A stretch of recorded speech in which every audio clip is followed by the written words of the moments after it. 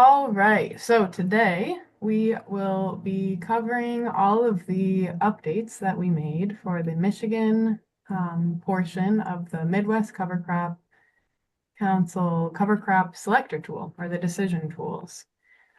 So this past, what was that? Past summer, past fall, a big group of Michigan cover crop experts, including farmers, researchers,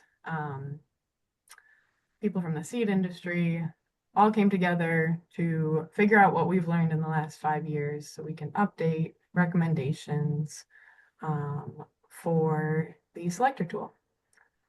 And to help walk us through some of those changes that we made, we have Monica Jean, our Midwest Cover Crop Council board representative, and MSU Extension Field Crops educator. And also we have Abigail Smith, our state agronomist for the USDA NRCS.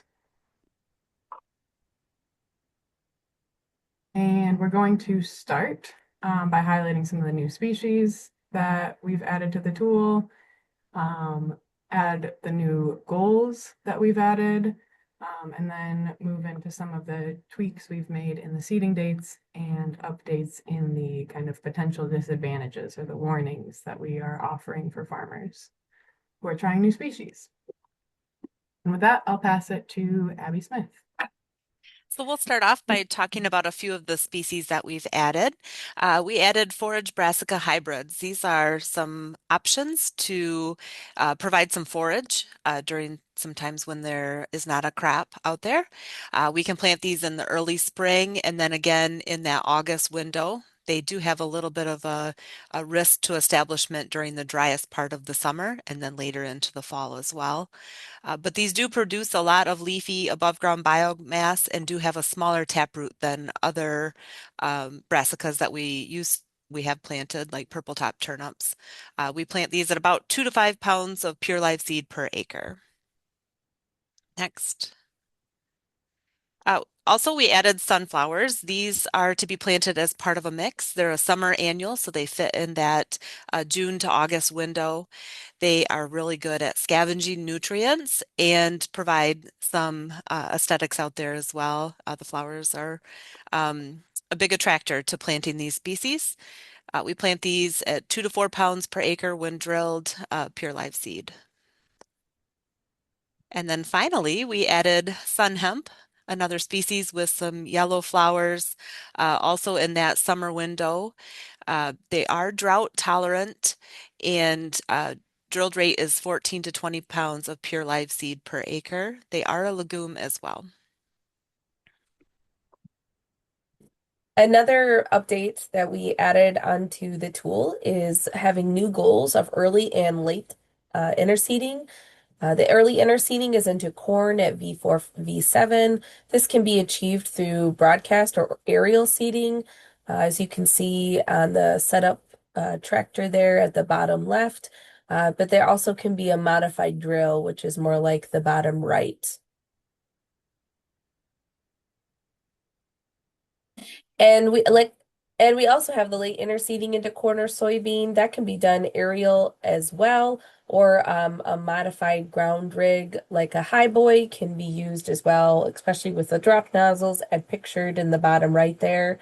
Um, Both of this came out of need requests from growers in the area looking to uh, do more advantageous seeding at different times of the year, since at the end of the year it can be a struggle. And so research plots that MSU Extension and MSU have been used to create these, but we also have been gracious to take in data and input from our partners like NRCS and also growers that have been trialing it on their own farms. And so what this looks like on the tool is when you go in and you select a goal, you will now see there is a late interseeding option. That's the first arrow. And there's also an early interseeding option, which is the second arrow. Late interseeding is considered like a pre-harvest leaf drop in soybean. Early interseeding is pre-canopy.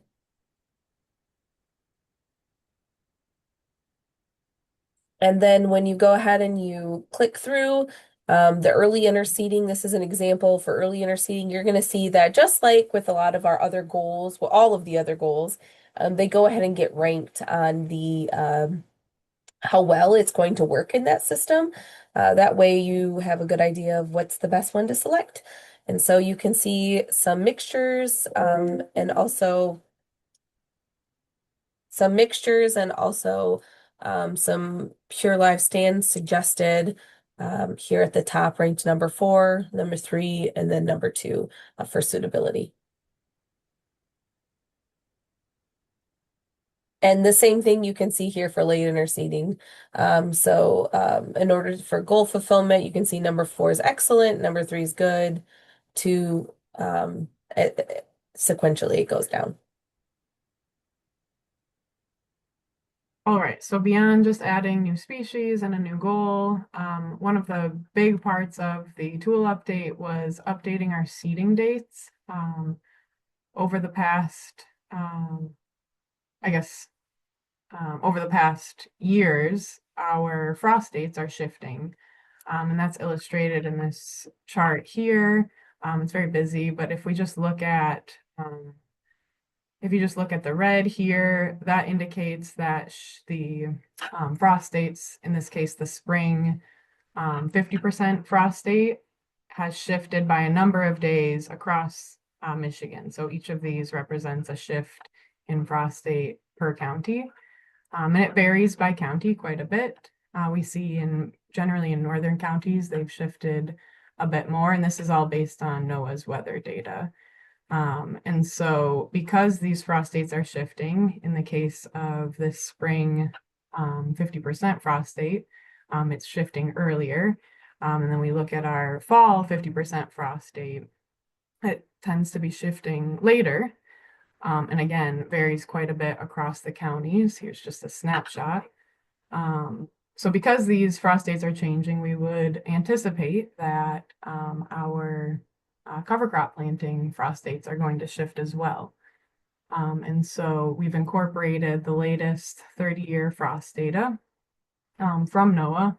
And so we are able to have county by county specific planting dates for all of the different cover crop species across all of the counties in Michigan.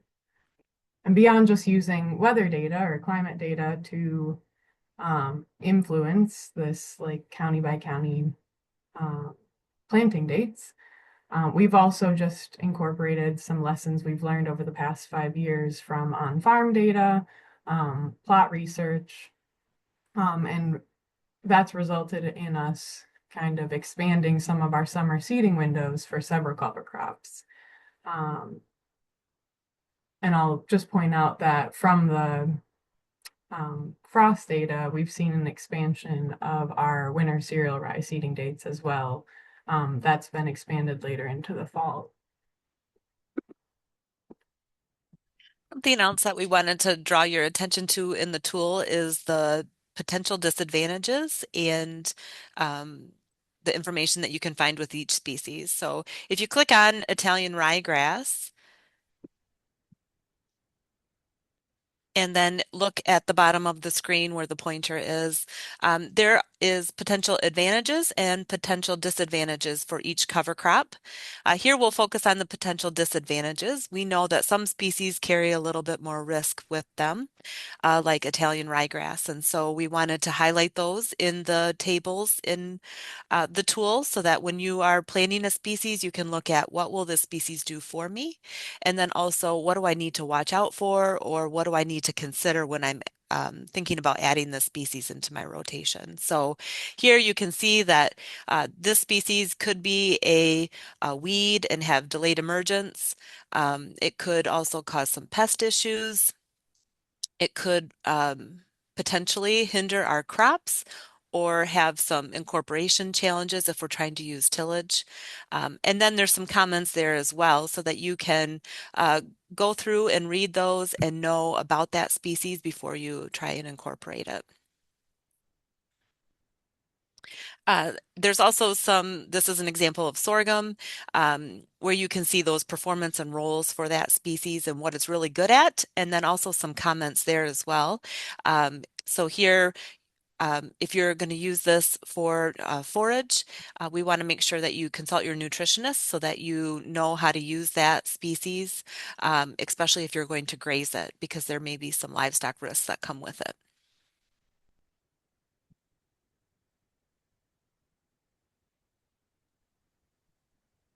Well, first, we want to thank everyone for using the tool over the past. I think it's been 5 years since our last update. That's about between 3 to 5 years is what we usually try to target to do updates. So I want to thank everyone for using the tool, and we want to also, invite you to keep using the tool. And we want to make sure to thank all of our partners that helped us update the tool. So here at MSU Extension, you can see there was a suite of teams. I went ahead and bolded Madelyn's name because she's just done such a great job leading our team and carrying us through the finish line here. So very appreciated. We also want to thank NRCS, especially Abby here on the presentation, for providing such crucial information and leadership as well within NRCS.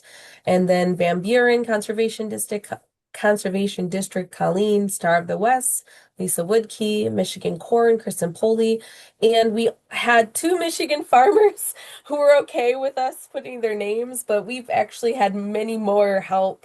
And so this update, I am very happy to say that I feel like we took in a lot of input from farmers all over the state of Michigan in our update.